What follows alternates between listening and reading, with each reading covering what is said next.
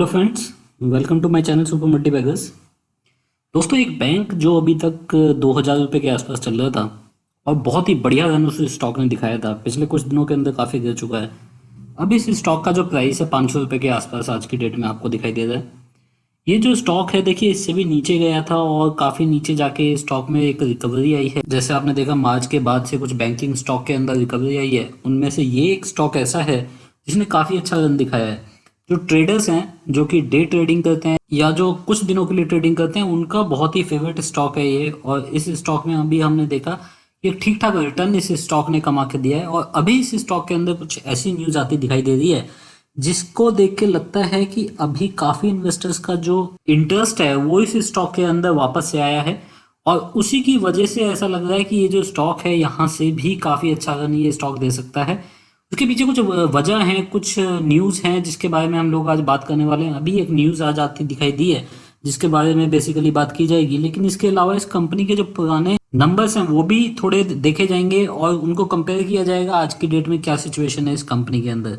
तो इससे पहले मैं स्टार्ट करूँ, आप लोगों से रिक्वेस्ट है कि अगर आप फर्स्ट टाइम मेरे चैनल पे आए हैं या फर्स्ट टाइम मेरे कोई वीडियो वॉच कर रहे हैं तो मेरे इस चैनल को सब्सक्राइब जरूर कर लीजिएगा। फ्यूचर में जो भी वीडियो मैं अपलोड करूँगा उसका नोटिफिकेशन आप लोगों तक पहुँच जाएगा और वो वीडियो आप लोग देख पाएंगे।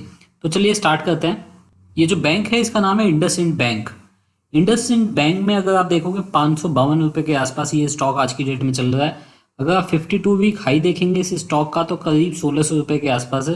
लेकिन इससे थोड़ा सा पीछे चले जाएंगे आप तो ये स्टॉक 2000 के आसपास था, 2018 में। वहां से गिर के इस स्टॉक ने जो अपना 52 वीक लो बनाया वो 235 के आसपास बनाया। मतलब यहाँ से हम देखिए 100% से ज़्यादा की रिटर्न इस स्टॉक के अंदर पिछले कुछ दिनों के अंदर आई है। मार्केट कैप देखिए 38,000 करोड़ से ज़्यादा की मार्केट कैप है इस स्टॉक की। 8 के पी पे ये कंपनी चल रही है। मतलब अभी भी अगर आप देखते हैं तो सबसे सस्ते बैंक में से ये बैंक एक है और प्राइवेट सेक्टर का बैंक है, जिसकी जो कि सेक्टर की ही इंडस्ट्री पी करीब 26 के आसपास की है। वहाँ पे ये कंपनी अभी भी 8 के पी मल्टीपल पे काम करती हुई दिखाई दे रही है। बुक वैल्यू करीब 381 रुपये की है और एक अच्छी डिविडेंड पेइंग कंपनी है। अब क्योंकि स्टॉक प्राइस काफ़ी गिर गया है तो यहाँ पे डिविडेंड यील्ड आपको 1.5% के आसपास का यहाँ पे दिख रहा है। अभी इस कंपनी में यहाँ पे आप वॉल्यूम देख सकते हैं, जो थोड़ा सा चौंकाने वाली बात है। ये हम 2 दिन से इसी तरह की वॉल्यूम स्टॉक के अंदर देख रहे हैं। देखिए 8 करोड़ से ज़्यादा के शेयर्स यहाँ पे ट्रेड होते दिखाई दिए हैं। हालांकि जो डिलीवरीज हैं वो थोड़ी कम रही हैं, लेकिन 8 करोड़ शेयर्स पे 16% जो डिलीवरी है वो भी काफ़ी ठीक ठाक वॉल्यूम बनती है। इससे पहले हम इस न्यूज़ को समझें, बेसिकली हम एक बार जानने की कोशिश करते हैं कि इस स्टॉक में एक्चुअली हुआ क्या है, क्यों ये स्टॉक नीचे गया है और इस स्टॉक में पिछले कुछ दिनों के अंदर किस तरीके के नंबर्स यहाँ पे आए हैं। तो ये एक बार देख लेते हैं। देखिए पिछले कुछ क्वार्टर्स के नंबर्स यहाँ पे लगाए गए हैं। आप जून 2018 से देखेंगे तो आज की डेट में इस कंपनी का जो रेवेन्यू है 50% के आसपास बढ़ चुका है पिछले कुछ क्वार्टर के अंदर। और क्वार्टर ऑन क्वार्टर बेसिस पे लगातार इस कंपनी ने अच्छी ग्रोथ दिखाई है। तो वहाँ पे किसी भी तरीके का कोई इश्यू यहाँ पे देखा नहीं जा रहा है। देखिए जो प्रॉब्लम आपको देखने के लिए मिलेगी वो आपको देखने के लिए मिलेगी यहाँ पे। ये जो नीचे वाले 2 कॉलम है इसमें आपको मेन प्रॉब्लम देखने के लिए मिलेगी। यहाँ पे आप देख सकते हैं जून 2018 में इस कंपनी का जो ग्रॉस एनपीए था वो 1.15% था और नेट एनपीए था 0.51%। मतलब उस टाइम पे जो ग्रॉस एनपीए था और नेट एनपीए था मतलब लोएस्ट था पूरी इंडस्ट्री में। एचडीएफसी के बाद इसी कंपनी का नंबर आता था जिसने कि लगभग एचडीएफसी जैसा ही अपना एनपीए ग्रॉस एनपीए दिखाया था। इसी के चलते इस कंपनी को काफ़ी अच्छा खासा प्रीमियम मिलता था, एक बढ़िया प्रॉफिट कंपनी लगाती थी। यहाँ पे आप देख सकते हैं 1000 करोड़ के आसपास का कंपनी का प्रॉफिट है। स्लिपेज काफ़ी कम आते थे क्वार्टर ऑन क्वार्टर बेसिस पे और इसी के चलते स्टॉक को काफ़ी प्रीमियम मिलता था। उसके बाद देखिए पूरा साल पिछला जो गया था वो ठीक ठाक गया था। प्रॉब्लम आई थी मार्च 2019 में। मार्च 2019 में इस कंपनी का जो नेट एनपीए है वो सीधा आधे % से बढ़ के वो 1.25% हो गया। मतलब बहुत बड़ा उछाल यहाँ पे नेट एनपीए में देखने के लिए मिला, ग्रॉस एनपीए में देखने के लिए मिला। इस कंपनी के बारे में अगर आप जानते होंगे तो देखिए जितनी भी खराब एसेट रही हैं या अभी रिसेंटली जितनी भी खराब न्यूज़ आई हैं अलग अलग इंडस्ट्री में, ज़्यादातर कंपनीज में इस कंपनी का एक्सपोजर रहा है। अगर हम रिसेंट बात करें, वोडाफोन के अंदर इस कंपनी का करीब 4000 करोड़ के आसपास का एक्सपोजर है, जो कि काफ़ी बड़ा माना जा सकता है इस कंपनी के रेवेन्यू को देखते हुए। अब ऐसी सिचुएशन में इस कंपनी का जो एनपीए है जो यहाँ पे दिख रहा है, ये भी माना जा रहा है कि उससे भी ज़्यादा आगे आने वाले टाइम में बढ़ सकता है। और ये आप देख भी रहे हैं, थोड़ा ट्रेंड भी अगर आप देखेंगे तो 2.1% था मार्च 2019 में और मार्च 2020 में 2.45% हो गया। देखिए ये जो टाइम है ये टाइम फ्रेम ऐसा है जब ज़्यादातर बैंक्स अपना जो एनपीए हैं ग्रॉस एनपीए, नेट एनपीए उसको कम करने में लगी हुई हैं और बहुत सारी बैंकों ने ऑलरेडी जो अपना एनपीए है कम कर लिया है।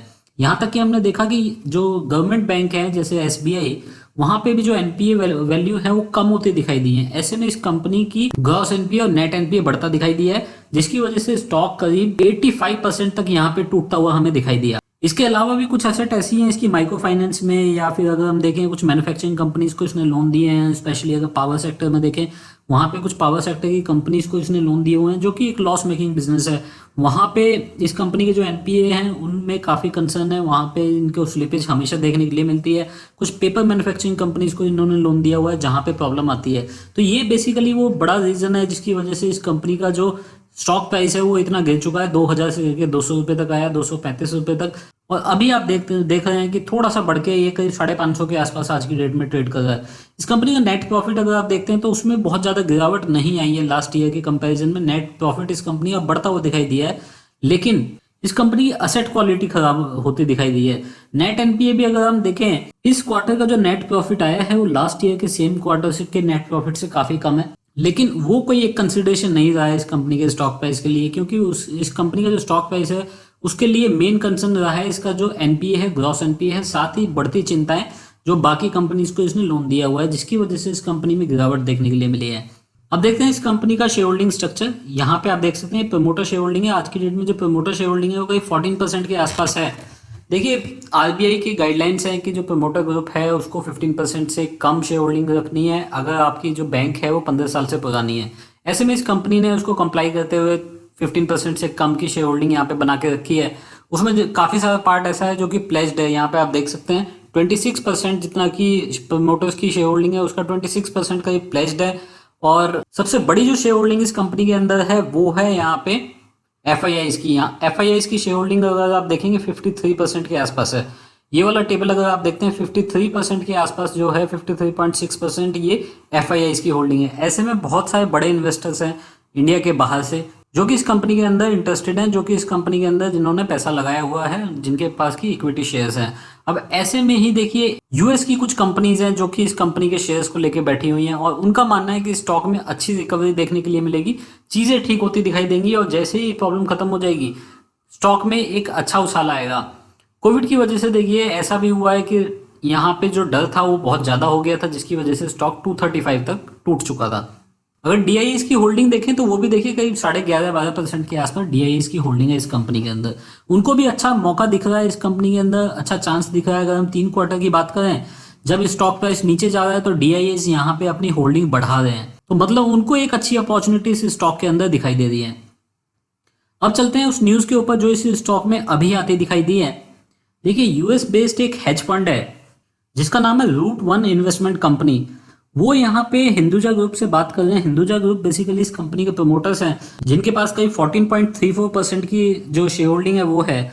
यहाँ पे हिंदुजा ग्रुप से बात चल रही है कि इस कंपनी को रूट वन इन्वेस्टमेंट को अपनी जो स्टेक है इस कंपनी के अंदर वो बढ़ानी है। रूट वन इन्वेस्टमेंट कंपनी जो कि हेज फंड है यूएस की, उसके पास ऑलरेडी करीब 5.5% के आसपास स्टेक है इंडसइंड बैंक की, और वो इसको बढ़ा के करीब 10% के आसपास लेके जाना चाह रहे हैं। मतलब कम उनको करीब 4.5% के आसपास की स्टेक और चाहिए, जिसके लिए वो हिंदुजा ग्रुप से बात कर रहे हैं। देखिए, हिंदुजा ग्रुप यहाँ पे अपनी स्टेक यहाँ पे बेचने की बात नहीं कर रहा है। यहाँ पे नए शेयर इश्यू होंगे, फ्रेश इक्विटी इन्फ्यूजन होगा और यहाँ पे प्रेफरेंस बेसिस पे शेयर कैपिटल इशू की जाएगी, जो कि की जाएगी रूट वन इन्वेस्टमेंट कंपनी को। ठीक है, root one investment company already बहुत बड़ा एक हेज फंड है और काफ़ी सारी बैंकों में और काफ़ी सारी एनबीएफसीज में इस कंपनी की इन्वेस्टमेंट रही है और काफ़ी रिनाउंड ये माना जाता है कि अच्छी बैंकों को, अच्छी कंपनीज को ये पिक करता है। यहाँ पे इनका जो स्टेक बढ़ाने का एक डिसीजन है इस कंपनी के लिए एक सेंटीमेंट पॉजिटिव करने का काम करेगा।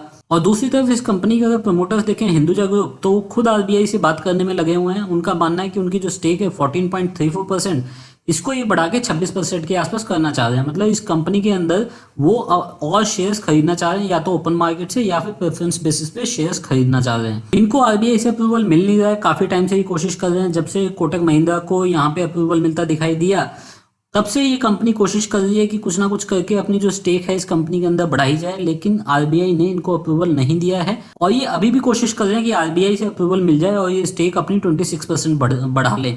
अगर ये अपनी 26% स्टेक बढ़ाते हैं तो बहुत बड़ा पॉजिटिव होगा, क्योंकि इनको जो कंपनी की इक्विटी है वो खरीदनी पड़ेगी, स्पेशली जो फॉरेन इंस्टीट्यूशनल इन्वेस्टर्स हैं उनसे ये कुछ कैपिटल खरीदते हुए दिखाई दे सकते हैं प्रमोटर्स, अगर ऐसा होता है। लेकिन अगर ऐसा नहीं भी होता तो देखिए स्ट्रॉन्ग हैंड में ये जो कंपनी है ऑलरेडी है, क्योंकि डीआईआईज और एफआईआईज देखें तो ज़्यादातर शेयर्स इस कंपनी के वही होल्ड करते हैं। तो ऐसे में पब्लिक के पास जो इक्विटी है वो कम है और इसीलिए इस स्टॉक के अंदर फ्लक्चुएशन थोड़ी ज़्यादा होती है। कंपनी और भी काफ़ी सारी चीज़ें कर सकती है अपनी बैलेंस शीट को स्ट्रॉन्ग करने के लिए और पैसा जुटाने के लिए। ऐसे टाइम पे हमने एक पॉजिटिव चीज़ देखी है इंडियन बैंकिंग सिस्टम में।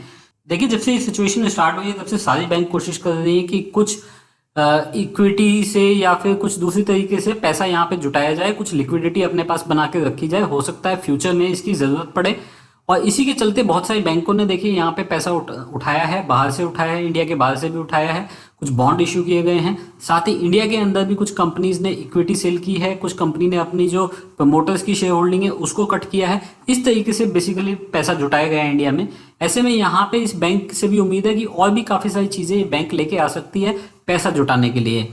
जैसा मैंने आपको बताया कि काफ़ी सारी चीज़ें इस कंपनी में हुई हैं, प्रॉब्लम्स काफ़ी रही हैं, जिसकी वजह से इस कंपनी के अंदर अभी भी रिस्क बना हुआ है। रिस्की सेक्टर अगर आप देखें तो माइक्रो फाइनेंस का है, टेलीकॉम का है, एनबीएफसी और सीआरई।